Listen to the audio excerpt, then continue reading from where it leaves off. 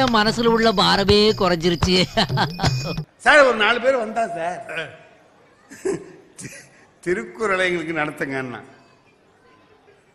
அட 4 பயல்களுக்கு இப்படி ஒரு ஆசை வந்திருக்கு பத்தியா. உடப்படாத ராமன் பிடிச்சிட்டேன். ஏண்டா எத்தனை பேர் வர்றீங்க, நான் வகுப்பு நடத்துகிறேன் அப்படின்னு. ஐயா நீங்கள் ஒன்றும் செய்ய வேண்டாம், எல்லாம் ஏற்பாடு நாங்களே பண்ணிட்டோம். ஞாயிற்றுக்கிழமை இந்த கோயிலில் வச்சு நடத்துவோம்னு சொன்னால் 49 பேர் சேர்ந்துட்டான் சார். 49 பேர் திருக்குறள் வகுப்பில் சேர்ந்துட்டான். பேரெல்லாம் கொண்டாந்து கொடுத்துட்டான்.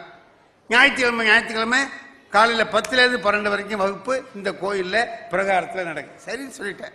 ரைட்டு, நாங்கள் எல்லாம் அனுமதியெல்லாம் வாங்கிட்டோம். ஈவோ கிட்ட எல்லாம் பர்மிஷன்லாம் வாங்கியாச்சு, நீங்கள் வந்துருங்கன்னு. நான் ஒரு 40 பக்கம் நோட்டு போட்டு எல்லாம் எழுதி வச்சுக்கிட்டேன். அவன் ஏன் இந்த ஞாயிற்றுக்கிழமையை தேர்ந்தெடுத்தான்னா, ஞாயிற்றுக்கிழமை லீவு, அப்போ தான் இவன் வெளியூருக்கெல்லாம் போகிறான்.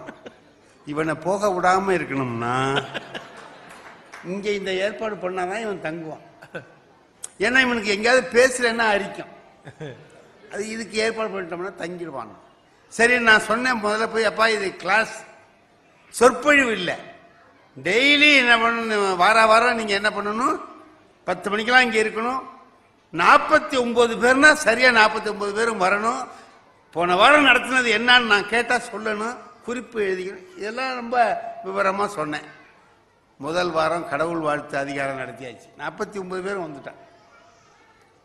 அடுத்த வாரம் வான் சிறப்பு அதிகாரம் நடத்த போகிறேன்ப்பா அப்படி இப்படின்னு சொல்லி, நடத்துங்க ஐயா, ஒரு வாரம் ஒரு அதிகாரம் நடத்துங்கன்னு சொல்லி. அடுத்த வாரம் பார்த்தீங்கன்னா சார் 49 பேர் வரணும்ல, வராமல் இருக்கக்கூடாதுன்னு சொல்லியிருக்கேன். நான் வராமல் இருந்தீங்கன்னா அப்புறம் நடத்த மாட்டேன் கிளாஸ். ஏன்னா 10 பேர் இப்போ வருது, 10 பேர் அப்புறம் வர்றேன்னா உங்களுக்கு தெரியாமல் போயிடும். இப்போ வந்தவனுக்கு அது தெரியாது, அப்போ வந்தவனுக்கு இது தெரியாது அப்படின்னு போயிடும். அந்த மாதிரி இருக்கக்கூடாது, வரணும். பார்க்குறேன் மறு வாரம் 13 பேர் தான் வந்திருக்கான், 36 பேரை காணும். நான் இந்த 13 பேர்கிட்ட கேட்டேன், எங்கப்பா 36 பேரை காணும்னு. நடத்துங்க சார், வந்திருக்கவனுங்க நடத்துங்க. இல்லைப்பா சார், அவங்கெல்லாம் ஒரு முக்கியமான வேலையாக போயிருக்காங்க சார். அப்படின்னா அதுக்கு என்னங்க அர்த்தம்? முக்கியமான வேலையாக போயிருக்கான்னா என்ன அர்த்தம்? இப்போ நான் இவர்கிட்ட கேட்குறேன், நம்ம எதிரணி தலைவர்கிட்ட, அவர் பொண்ணு கல்யாணம் பண்ணார். ஏன் சார் கல்யாணம் பண்ணீங்களே, ஒரு பத்திரிகை கொடுக்காம விட்டுட்டீங்களேன்னு கேட்டா, அவர் சொல்றாரு, இல்லை முக்கியமானவங்களுக்கு மட்டும்தான் கொடுத்தேன்.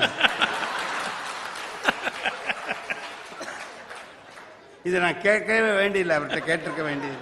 முக்கியமானவங்களுக்கு மட்டும்தான் கொடுத்தேன் அப்படின்னா, நீ ஏன்டா வந்து என்கிட்ட கேட்குறேன்னு சொல்லி, நீ பேசுறதுக்கே என்கிட்ட பேசுறதுக்கே லாய்க்கில்லாதவங்கிற மாதிரி. அவன் சொன்னா முக்கியமான வேலையா போயிருக்காங்கன்னா என்ன அர்த்தம்? திருக்குறள் முக்கியம் இல்லைன்னு முடிவு பண்ணிட்டான். இப்ப இந்த 13 பேர் ஏன் வந்திருக்கான்? வேற வேலை இல்லாததுனால வந்திருக்கான். இப்ப என்ன எப்படி ஆக்கியிருக்கான்? வேலை இல்லாதவங்களுக்கு ஒரு தலைவன் மாதிரி ஆக்கியிருக்கான்.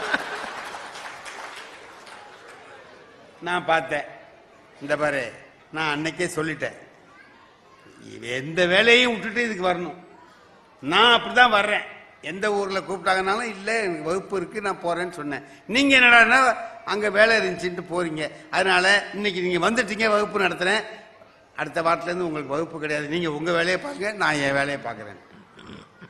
வகுப்பு முடிஞ்சது சார், வான் சிறப்பு அதிகாரம் நடத்தியாச்சு. செவுத்தி கண்ணுன்னு என்னுடைய பெரியவர், அவர் என்ன பண்ணார், தம்பி இருங்க, திருக்குறளில் எவ்வளவு முக்கியமான செய்தியெல்லாம் இருக்கு, நீங்கள் நாங்கள்லாம் போய் படிக்கிறோமா? எங்களுக்கு தெரியாது தம்பி, நீங்கள் சொல்கிறதுனால எங்களுக்குலாம் தெரியுது. இந்த பயலுவ வரலைங்கிறதுக்காக வேண்டி நீங்கள் இந்த மாதிரிலாம் செய்யாதீங்க. உங்களுக்கு என்ன கூட்டம் வேணும் அதானே? இல்லைங்க இருங்க, அடுத்த வாரம் நீங்கள் வந்துருங்க, கூட்டத்தை சேர்க்கறது ஏன் வேலைன்ட்டு. ஏங்க என்ன, அதை பற்றி நீங்கள் கவலைப்படாதீங்க, நீங்கள் உடனே போயிடாமல் வாங்கன்ட்டு. சனிக்கிழமை அன்னைக்கு பார்க்குறேன், ஒரு போர்டு வச்சிருக்காரு சார் கோயில் வாசல்ல.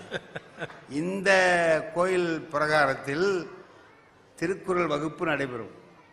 நடத்துபவர் புலவர் சண்முக வடிவேல். நேரம் காலை 10லிருந்து 12 வரை, ஞாயிற்றுக்கிழமை. எல்லாம் போட்டார, அனைவரும் வருக. ஒரு கோடு போட்டுட்டு கீழே எழுதியிருக்கிறார், விநியோகம் சர்க்கரை பொங்கல் புளியோதரை.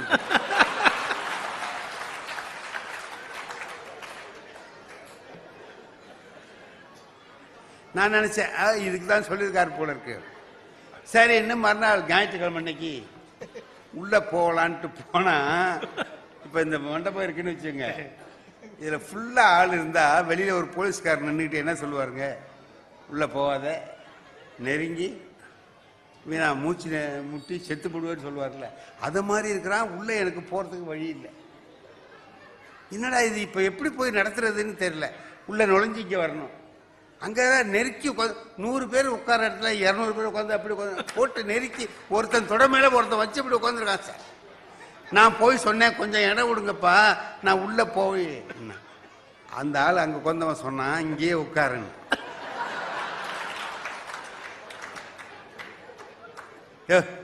இங்கேயே உட்காரு, இங்கேயே உட்காரியா, இங்கேயும் வரும் உட்காருன்னு.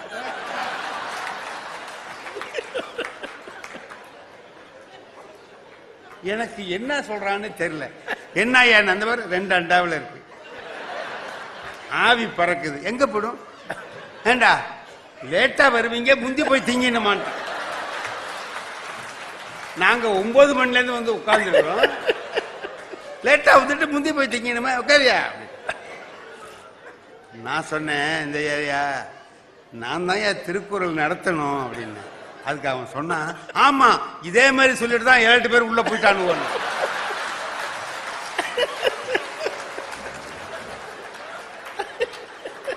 நான் பார்த்தேன், விட மாட்டேங்கிறான் விட அப்படின்ட்டு இப்படி கையை கட்டிட்டு நிக்கிறேன். இப்ப எப்படா உள்ள போய் வகுப்பு நடத்துறதுன்னு தெரியல. அங்க இருந்து அவர் கேட்கிறார், தம்பி வாங்க, திருக்குறள் வகுப்பு முடிஞ்சுதான் நிறுத்த முடியும். நீங்க பாட்டுக்கு மணி அடிச்சா நான் நிறுத்த முடியாது. அது சக்கரை பொங்க கொடுத்தாகணும், அது வரைக்கும் அது வந்தான். இப்ப நிக்கிறேன், அவர் இங்க இருந்து கூப்பிடுறாரு, தம்பி வாங்க, கூட்டம் இல்லை, நீங்க அதான் வந்துடுச்சு இல்ல, வகுப்பு ஆரம்பிக்கலாம்ல. என்ன வரலான்னு தானே நினைக்கிறேன், விட மாட்டேங்கிறாங்க. என்ன தம்பி என்ன விடுப்பா, சார் தாண்டா திருக்குறள் நடத்தணும் அப்படின்னு. அங்க இருக்கிறவன் சொல்றான், நீங்க தான் நடத்தணுமா சார், முந்தையே சொல்லியிருக்கப்படாதான். அந்த பாரு நான் அதெல்லாம் பேசிட்டு இருக்காதீங்க, போங்க உள்ள போய். ஒருத்தன் தலை மேல காலை வச்சு அப்படி வர முடியாது. அங்க உட்கார்ந்து இடையில உட்காந்துருக்க ஒரு ஆள் கேட்கறான், நீங்க தான் திருக்குறள் நடத்த போறீங்களான்னா. ஆமான்னு. கொஞ்சம் விறுவிறுன்னு நடத்துங்க. நான் என்ன நினைச்சேன், சீக்கிரம் சீக்கிரம் திருக்குறள் கேட்கணும்னு ஆசைப்படுறான் போல இருக்குன்னு நினைச்சு நடத்துறேன். யார் நடத்துறேன், முட்டாள்தனமா நான் நினைச்சுக்கிட்டு நம்பிட்டு வர்றேன். வந்து உட்கார்ந்து நடத்த ஆரம்பிச்சேன். ஒரு 3 திருக்குறள் நடத்தினேன். எதுக்க ஒரு ஆள் உட்கார்ந்து இருந்தவரு, ஐயா ஒரு சந்தேகம் இல்லைன்னா. பொதுவா பாடம் நடத்துறவனுக்கு சந்தேகம் கேட்டா சந்தோஷமா இருக்கும், பரவாயில்ல கவனிச்சிருக்காரு, அதனால தானே சந்தேகம் வருது அப்படின்ட்டு, சந்தேகமா கேளுங்க, நல்லா கேளுங்க. என்ன இன்னும் எத்தனை திருக்குறள் இருக்குன்னு கேட்டேன். புஸ்தகத்துல கேட்கறியா, இன்னைக்கு கேட்கறியா? இப்ப நீங்க என்ன எத்தனை நடத்த போறீங்க? அதான்ப்பா 3 முடிஞ்சிருக்கு, இன்னும் 7 நடத்தணும். 7ஆ? நான் சொன்னேன், ஏப்பா என்னடா மலைக்கிறேன்னு. இல்ல 3ஐயே நீங்க அரை மணி நேரம் நடத்திருக்கீங்க, அப்ப இன்னும் 7ன்னா எவ்வளவு நேரம் ஆகும்னு கணக்கு போடுறேன்.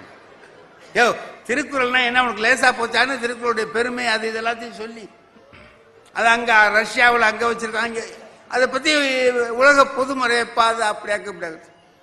இதெல்லாம் கேட்டுவிட்டு அவன் சொல்றான், என்ன ரொம்ப கோபமா பேசுறீங்க, உங்களை திருக்குறள் நடத்தப்படாதுன்னு சொன்னேன்னா, ஏதோ நீங்க தான் திருக்குறளையே காப்பாத்துறதுக்கு அவதாரம் எடுத்து வந்தது மாதிரி நாங்கெல்லாம் திருக்குறளுக்கு எதிரி மாதிரி பேசுறீங்க. உங்களை திருக்குறள் நடத்தப்படாதுன்னு நாங்க சொல்லலை சார். 10 என்ன 20 வேணாலும் நடத்துங்க சார், யார் வேண்டாங்கிற. ஆனா ஒண்ணு வச்சுங்க, ஆறி போனா நல்லா இருக்காது.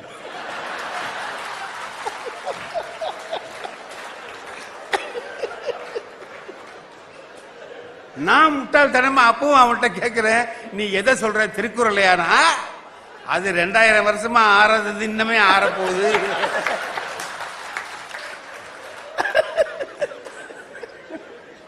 இந்த சக்கரை பொங்க மட்டும் சூட்டோட சாப்பிட்டாதான் நல்லா இருக்கும்டா. நீ என்ன சக்கரை பொங்க அவ்வளவு? ஐயா திருக்குறளை விட உனக்கு சக்கரை பொங்க முக்கியமான. நீங்க தான் ஒரு தப்பு பண்றீங்கன்ட்டு. திருக்குறளையும் சக்கரை பொங்கலையும் சேர்க்காதீங்க. திருக்குறள் எத்தனை வருஷம் சார் ஆச்சு? 2000 வருஷம் ஆச்சு. ஒரு எழுத்து மாறி இருக்கா? அப்படியே இருக்கு. சக்கரை பொங்க அப்படி கிடையாது. இப்ப இருக்கிற டேஸ்ட் 1 மணி நேரம் போடா இருக்கு.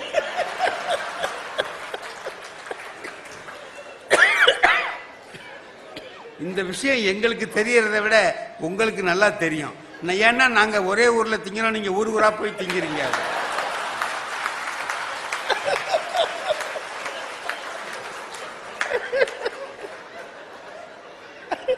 இப்ப என்னப்பா சொல்றேன்னு கேட்டேன். என்னால அதுக்கு மேல கேட்க முடியல. இப்ப நீ என்ன சொல்றேன்னு கொடுங்க சார், ஆறி பொறுத்த முந்தைய கொடுங்க, சாப்பிட்டு அப்புறம் நீங்க நடத்துங்க. எல்லாரும் கொடுங்க, இனிமே தாங்காது, எல்லாரும் கொடுங்க.